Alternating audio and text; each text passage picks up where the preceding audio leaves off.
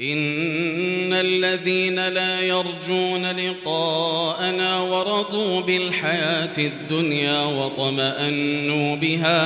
واطمأنوا بها والذين هم عن آياتنا غافلون أولئك مأواهم النار بما كانوا يكسبون. إن الذين آمنوا وعملوا الصالحات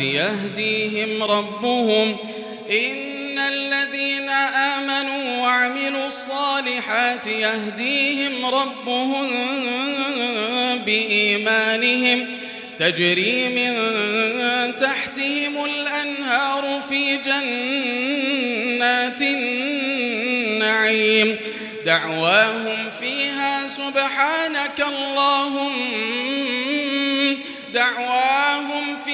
سبحانك اللهم وتحيتهم فيها سلام وآخر دعواهم أن الحمد لله رب العالمين. ولو يعجل الله للناس الشر واستعجالهم بالخير لقضي إليهم أجلهم فنذر الذين لا يرجون لقاءنا في طغيانهم يعمهون.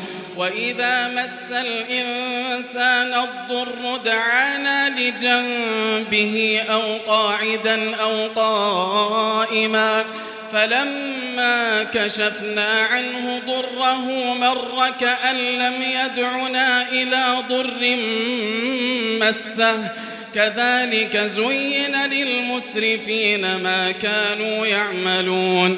ولقد أهلكنا القرون من قبلكم لما ظلموا وجاءتهم رسلهم بالبينات وما كانوا ليؤمنوا كذلك نجزي القوم المجرمين.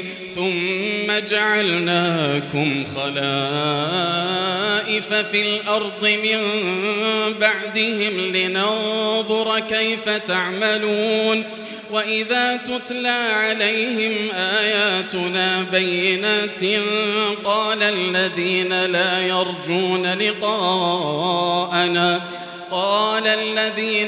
يرجون لقاءنا ائت بقرآن غير هذا أو بدله قل ما يكون لي أن أبدله من تلقاء نفسي إن أتبع إلا ما يوحى إلي إني أخاف إن عصيت ربي عذاب يوم عظيم.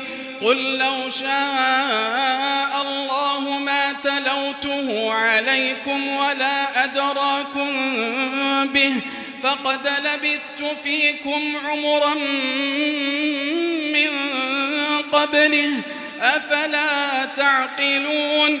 فمن أظلم ممن افترى على الله كذبا أو كذب بآياته إنه لا يفلح المجرمون.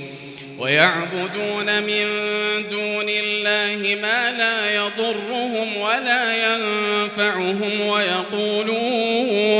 ويقولون هؤلاء شفعاؤنا عند الله قل أتنبئون الله بما لا يعلم في السماوات ولا في الأرض سبحانه وتعالى عما يشركون. وما كان الناس إلا أمة واحدة فاختلفوا ولولا كلمة سبقت من ربك لقضي بينهم فيما فيه يختلفون.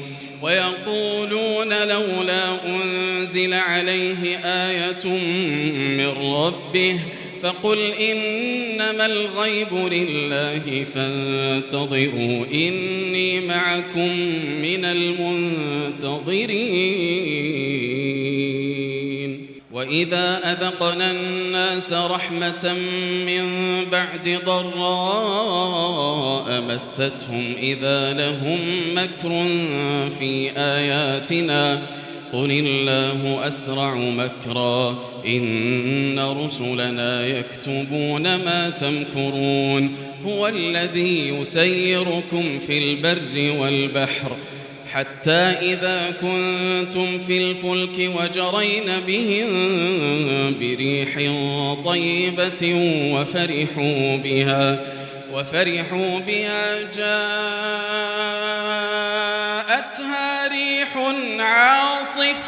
جاءتها ريح عاصف وجاءهم الموج من كل مكان وظنوا أنهم أحيط بهم دعوا الله مخلصين له الدين لئن أنجيتنا من هذه لنكونن من الشاكرين فلما أنجاهم إذا هم يبغون في الأرض بغير الحق يا أيها الناس إنما بغيكم على أنفسكم متاع الحياة الدنيا ثم إلينا مرجعكم فننبئكم بما كنتم تعملون إنما مثل الحياة الدنيا كماء